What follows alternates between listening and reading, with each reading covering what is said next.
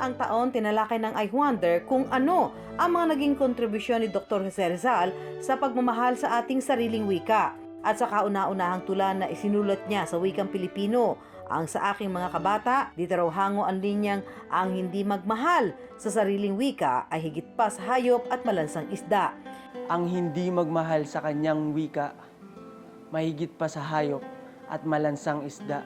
Pero alam niyo ba na may mga ekspertong hindi kumbinsido na si Rizal ang nagsulat ng nasabing tula? Isa sa kanila ang National Artist for Literature at kasalukuyang chairman ng Komisyon ng Wikang Filipino na si Dr. Virgilio Almario. Una sa kanyang punto ang paggamit ni Rizal ng salitang kalayaan.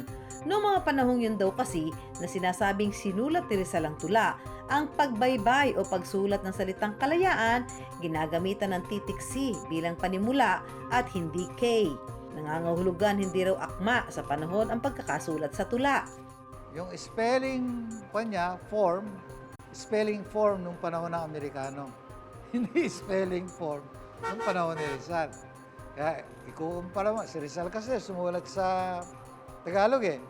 So tingnan mo lang yung spelling ni Rizal, makikita mo yung spelling ni Rizal, ibang-iba sa spelling na nitong ginamit sa aking mga kabata. Ikalawang punto ni Dr. Almario, dahil sa kanyang murang edad, posibleng hindi pa raw pamilyar si Rizal sa salitang kalayaan. Kaya paano raw niya ito magagamit sa tulang isinulat niya umano noong siya'y 8 taong gulang pa lang? Katunayan, ayon pa kay Dr. Almario, nalaman lang daw ni Rizal ang salitang kalayaan noong siya'y 21 taong gulang na. Sa sulat pa nga raw ni Rizal para sa kanyang kuya Pasiano noong Oktubre 1886, ipinagtapat niyang siya'y nahihirapan sa pagsasali ng kwento ni Wilhelm Tell, isang bayani sa Switzerland. Gumamit kasi ito umano ng salitang Aleman na Freiheit, nakatumba sa salitang libertad sa Kastila. Ang mga punto ni Dr. Almario, sinang-ayunan din ng historiador na si Ambet Ocampo. Dagdag pa niya, ang tulang sa aking mga kabata, wala raw original na kopya o manuscript, hindi tulad ng iba niya mga sinulat. Ang pinag-iinalaan niyang lumikha ng tulang ito, ang mga manunulat na sina Hermenegildo Cruz at Gabriel Beato Francisco. Ayon sa kwento, nakuha raw ni Cruz ang kopya ng tula kay Francisco, na nakuha naman daw nito kay Saturnino Racelis, kaibigan umano ni Rizal. Pero ang mga ito nananatiling haka-haka at hindi pa napapatunayan. Lumilitaw, itong tula na ito, ginawa nung panahon ng Amerikano. Hindi si Rizal ang gumawa. Si Jose Rizal? Jose Rizal po. Si Jose Rizal. Ang isa pang kontrobersya na ipinupukol kay Rizal na amin na ring nabigyan ng kasagutan, ang isyu na hindi pa pala siya opisyal na idinedeklara bilang pambansang bayani ng Pilipinas. Kailangan daw muna kasi itong mapagtibay sa pamamagitan ng isang batas. Kung ibig mo sabihin ay may batas na nagdedeklara kayo sa pambansang bayani ay wala talaga. Pero para sa history professor na si Raymar Izon, ang karapat-dapat daw na kilalanin bilang pambansang bayani ng Pilipinas, walang iba kundi ang ama ng katipunan na si Andres Bonifacio.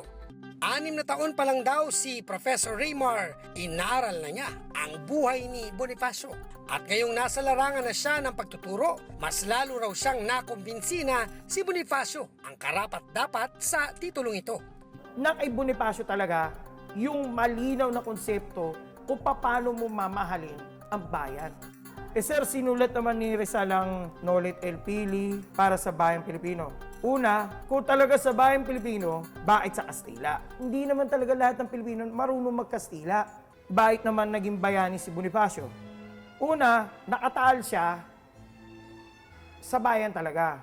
Pero ano-ano nga ba ang mga pamantayan para malaman kung sino ang nararapat na kilalanin bilang pambansang bayani? Ayon sa Philippine Commission, dapat siya ay lehitimong Pilipino. Yumao na, nagpakita ng di matatawarang pagmamahal sa bayan, hindi mainitin ang ulo, at madamdamin ang pagkamatay. Sa mga pamantayang ito, umaangat daw ang pangalan ni Rizal. Si Bonifacio ay masyadong radical, no? Sabi ng mga Amerikano naman yan. Si Aguinaldo ay masyadong militaristiko, no? Parang ganoon. Si Marcelo H. Del Pilar ay sakitin, no? Meron siyang tuberculosis during that time, no? At of course, namatay na si Marcelo itself. Of course, si Mabini ay sinasabi nilang hindi makalakad.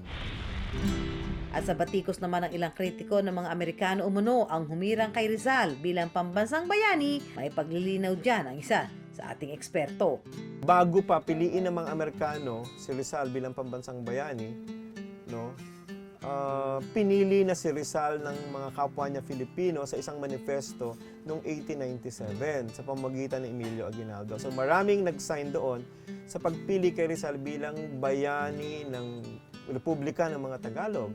So ito yung pinagbatayan ng mga Amerikano. Ibig sabihin, ang ginawa ng mga Amerikano ay formalisasyon lamang.